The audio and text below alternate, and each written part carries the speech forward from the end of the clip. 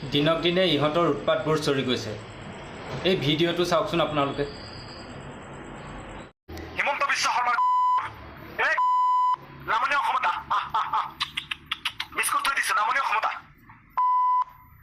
এই উজনি অসমৰ এই ভিডিঅ'ত দেখা পোৱা নামনীয় ক্ষমতা বিস্কুট থৈ দিছো। আহিবি বিস্কুটৰ লগতে একেবাৰে গৰুৰ মাংস গাহৰিৰ মাংস যি খোৱা তাকেই দিম। আহিবি হা। তাৰ লগতে এনেকুৱা পিটন দিম পিঠিৰ চাল উঠাই পেলাম।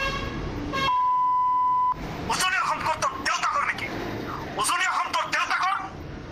বেপাৰীৰ ওপৰত অত্যাচাৰ কৰি আছো। যি বেপাৰীৰ পৰা তহঁতে চব্জি বিক্ৰীৰে ভাত খাব নোৱাৰিবি এসাঁজ, তাক অত্যাচাৰ কৰি আছ। তহঁতক ব্যৱসায় কৰিবলৈ মানা কৰিছে কোনে? তহঁতক ব্যৱসায় কৰিবলৈ কোনে মানা কৰিছে?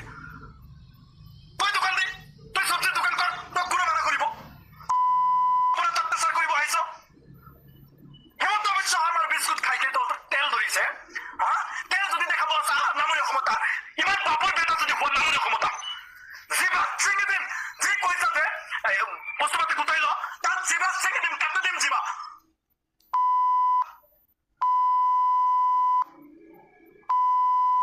বেলেগে দিয়া বিস্কুট খাই বুকবুকনি কৰি আছে উজনি অসমত।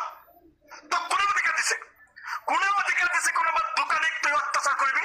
ভাৰতবৰ্ষত যিকোনো প্ৰান্তত যিকোনো নাগৰিকে য'ত দোকান কৰিব পাৰিব। তই বাধা দিবলৈ কোন?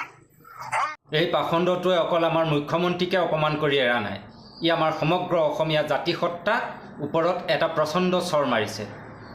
গতিকে অসম আৰক্ষী তথা মাননীয় মুখ্যমন্ত্ৰীৰ ওচৰত এটা বিনম্ৰ অনুৰোধ, যাতে ভৱিষ্যতে আৰু কোনো মানুহে এনে দুঃসাহস কৰিব নোৱাৰে, তাৰ প্ৰতি দৃষ্টি ৰাখি অতি সোনকালে ইয়াক এটা দৃষ্টান্তমূলক শাস্তি দিব লাগে। আৰু অসমৰ দল সংগঠনসমূহৰ প্ৰতি এটি বিনম্ৰ অনুৰোধ, যাতে এই ভিডিঅ'টো যিমান পাৰি সিমান শ্বেয়াৰ কৰি ইয়াক অতি সোনকালে ধৰিব পৰাৰ এটা ব্যৱস্থা কৰে।